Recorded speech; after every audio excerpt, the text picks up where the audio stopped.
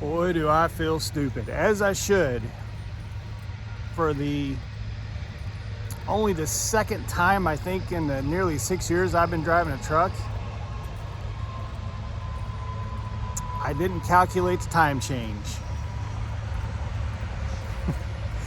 Oh man, just stupid. So now I got to figure out, swinging this rest area to burn some time. Now I got to figure out how bad this is gonna screw things up. Fortunately, I realized it before I got to the receiver, to the customer. So hopefully that minimizes the damage. I don't know, I got a pre-plan. I'm about to figure this out. So this is gonna be interesting.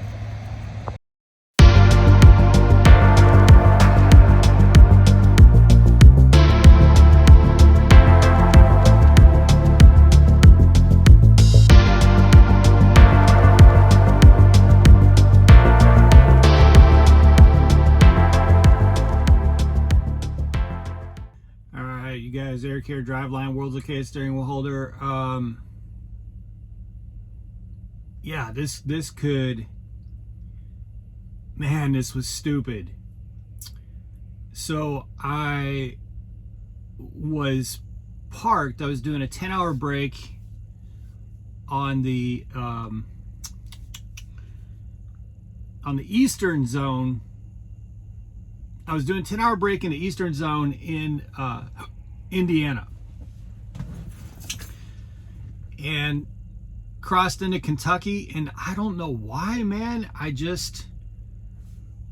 getting that glare on the camera.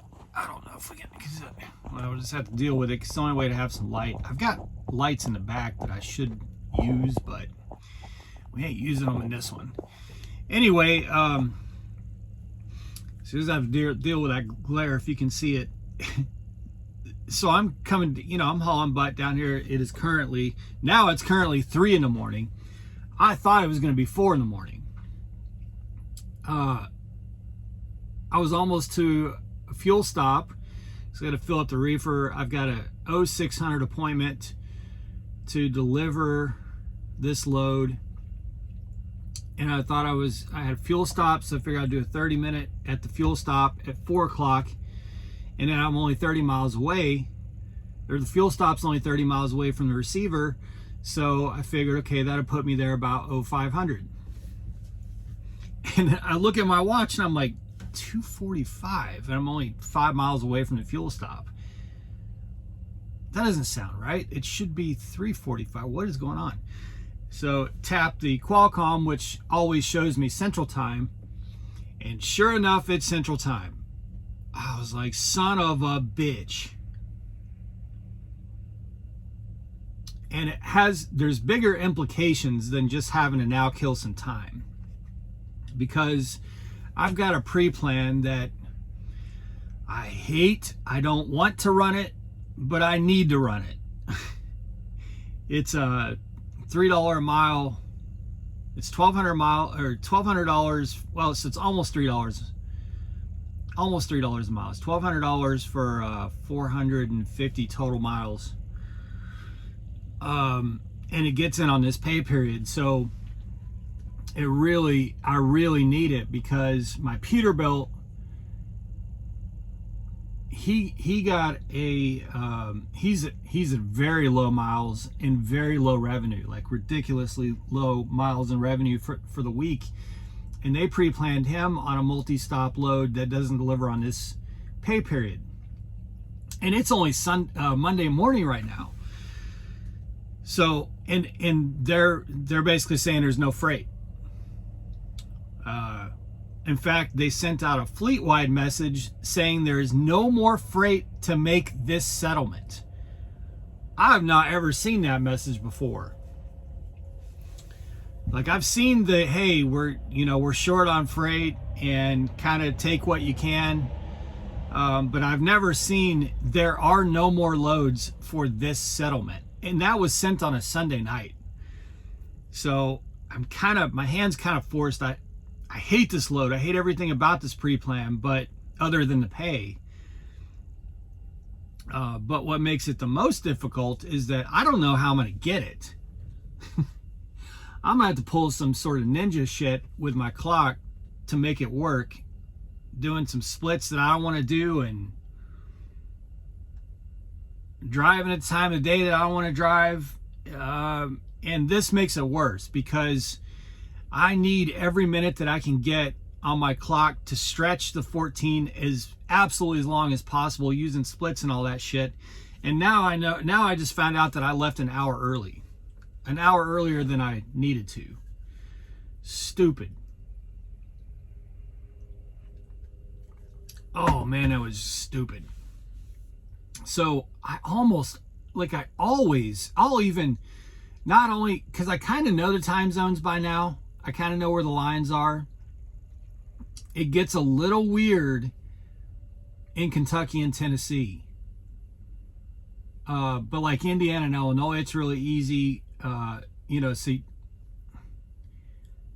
but usually if I have any question about it in my mind, I'll literally type into my phone or ask Siri, what time is it in that town?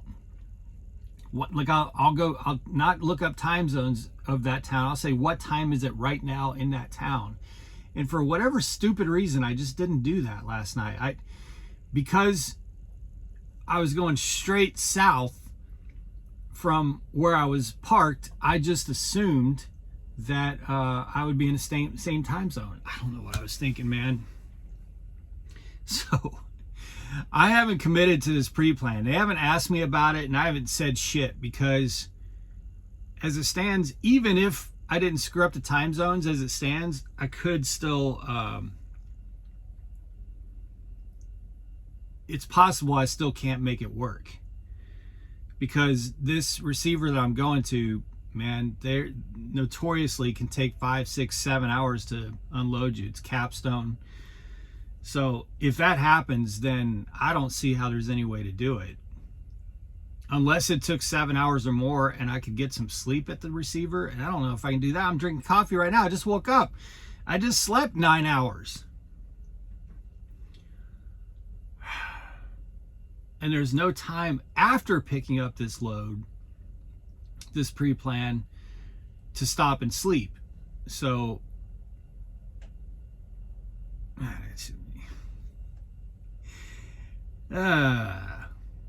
so you want to be a trucker, huh?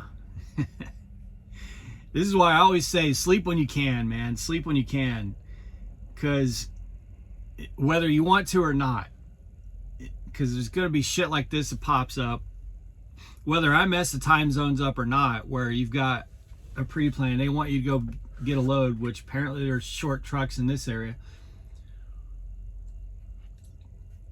I don't know how, but I know we've got some logistical problems right now in the fleet. I'm not really sure what's going on. I was just at Smithfield in, was it Greenfield, Indiana? I've been there like 10 or 15 times, but there were a bunch of prime bobtails out in the street. And then I get in there with a clean, empty trailer, the one that I told you guys about in the last video. And a lady, usually you got to go inside right away, fill out the paperwork and all that stuff. She was right out there on me, man. She was, please tell me this is empty. Yeah, it's empty. Is it clean? Yeah, it's clean. We're gonna have you take this right to a dock right now. Like we're way short trailers. Okay, great. So, but then when I get around to actually getting to the window, because she was tripping over herself trying to get the inspection done and everything on the trailer. I get around to the windows. They got this big ass poster on the window that says, "Prime, we do not have empty trailers." Now, ironically, right above that, they've got their permanent sign that says we have a 1-to-1 policy. You can't bring an empty trailer in and drop it unless your load is ready. And this is a permanent sign. It's not written. It's like they had this sign made. And if you bring a loaded trailer in, you have to take an empty. That's what the sign says. 1-to-1 policy. Well, apparently that's only the policy when it favors them, not when it favors the driver. Because there's a lot of drivers there right now that need trailers, empty trailers. And if I wanted to bring in that empty, whether my load was ready or not, they would have taken it. So it's not 1-to-1 24/7. It's only 1-to-1 when they need it to be 1-to-1. But anyway, So that was the case there. I've never had a problem getting an empty trailer there, but there were a lot of prime drivers having a problem getting an empty trailer the other day. And then and then I got a message from several drivers saying they can't get empties, because I sent that to a few drivers that I know. I said, hey, have you guys ever seen this? I mean, there's bobtails everywhere. And I literally got responsive, I'm trying to find an empty right now. In that message that they sent last night, oh, well, the phone's right here. My other phone's in the back, otherwise I'd look.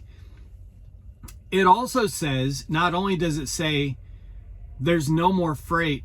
Now, maybe this was it just in that region, but the message says there's no more freight that will get on this settlement. And again, this message was sent Sunday night.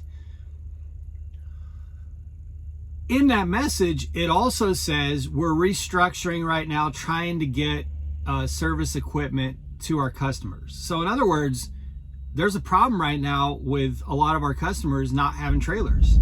Of course, that reefer just kicked on. Sorry about that. So there's some issues right now. But my issue is that I'm an hour ahead of time, and I needed that hour. I may have needed that hour to make this next pre-plan work. So, and now, even though I don't want to run it, I don't want anything to do with that load other than to pay. Now it's knowing what's going on, I'm even more motivated to try to make it work, because I'm pretty sure this is going to be the only thing that I can get that's going to be on this pay period.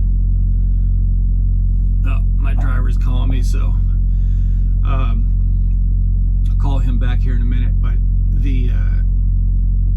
I'm pretty sure this is the only load that's going to be like if I say no to this load, or I can't get to it once I find out what the situation is at the receiver and pull up load choice, I'm willing to bet right now that all the loads that are going to show on there are delivering into the next pay period, which means there probably won't be anything to pick up tomorrow or today, which would be Monday.